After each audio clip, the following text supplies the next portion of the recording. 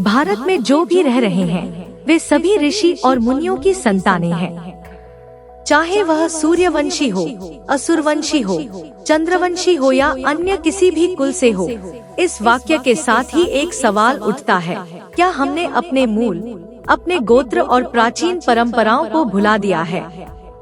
क्या हम जानते हैं कि हमारे पूर्वज कौन थे और वे कौन से ऋषि थे जिनके आशीर्वाद से हमारा अस्तित्व बना? इस प्रश्न का उत्तर हर व्यक्ति के लिए व्यक्तिगत हो सकता है, लेकिन इसके पीछे एक गहरी और रोचक कहानी छिपी है। गोत्र और प्रवर जैसे शब्द हमारे अस्तित्व की नींव बताते हैं, लेकिन आज यह जानकारी धीरे धीरे धुंधली होती जा रही है।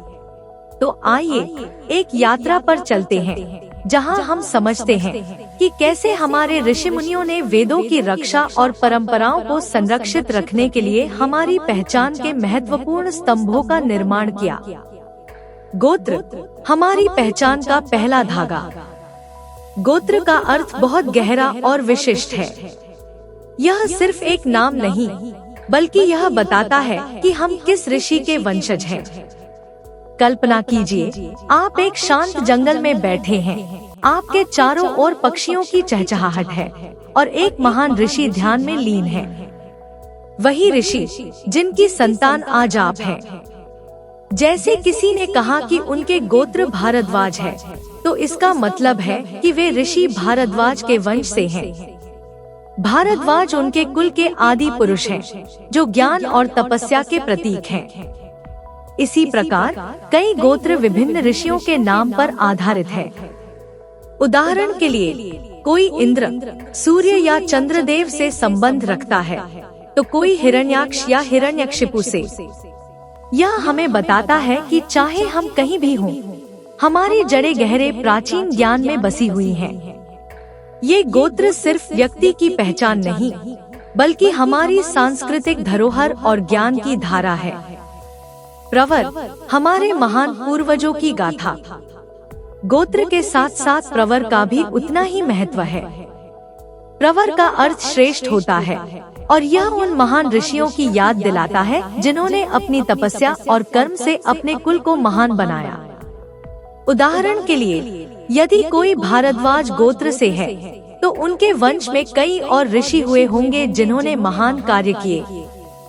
यह मील के पत्थर की तरह है, जो यह दर्शाते हैं कि उस कुल में कितने महान ऋषि हुए हैं। प्रवर का ज्ञान हमें यह बताता है कि हम सिर्फ किसी एक ऋषि के वंशज नहीं हैं, बल्कि हमारे पूर्वजों में कई महान आत्माएं थी जिन्होंने अपने ज्ञान और तपस्या से मानवता को दिशा दी। यह हमें गर्व से भर देता है कि हमारे पूर्वजों ने विश्व को ज्ञान का प्रकाश दिया। वेद और शाखाएं, ज्ञान की धारा को संरक्षित रखने का प्रयास। वेदों की रचना ऋषियों के अंतःकरण से उत्पन्न हुई थी, और यह ज्ञान किसी एक व्यक्ति के पास रहना संभव नहीं था।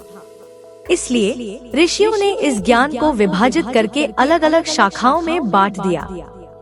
यह एक अद्भुत परंपरा थी, जो हमें सिखाती है कि जब कोई कार्य बहुत बड़ा हो, तो उसे बांटकर कैसे संरक्षित किया जा सकता है।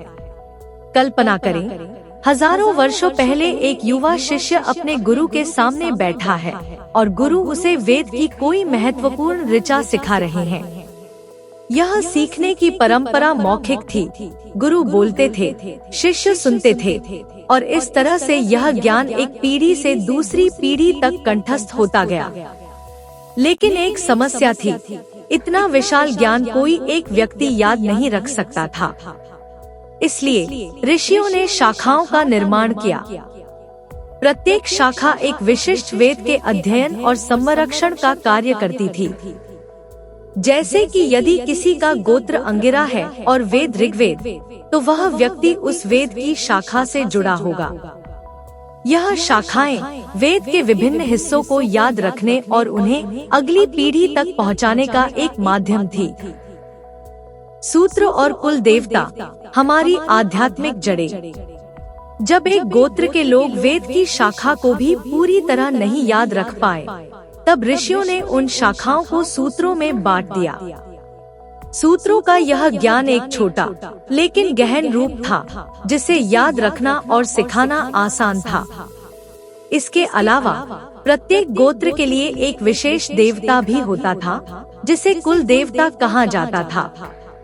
ये देवता उस कुल के आराध्य होते थे और उनकी पूजा करना उस कुल की परंपरा होती थी। यह परंपराएं सिर्फ आध्यात्मिक नहीं थी, बल्कि यह हमारे समाज को एक संरचना प्रदान करती थी।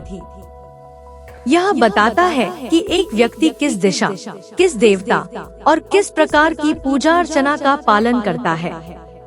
यह ज्ञान अगली पीढ़ियों को दिया जाता था ताकि वे अपने पूर्वजों की धरोहर को संजोकर रख सकें। लेकिन आज यह ज्ञान धीरे धीरे विलुप्त हो रहा है।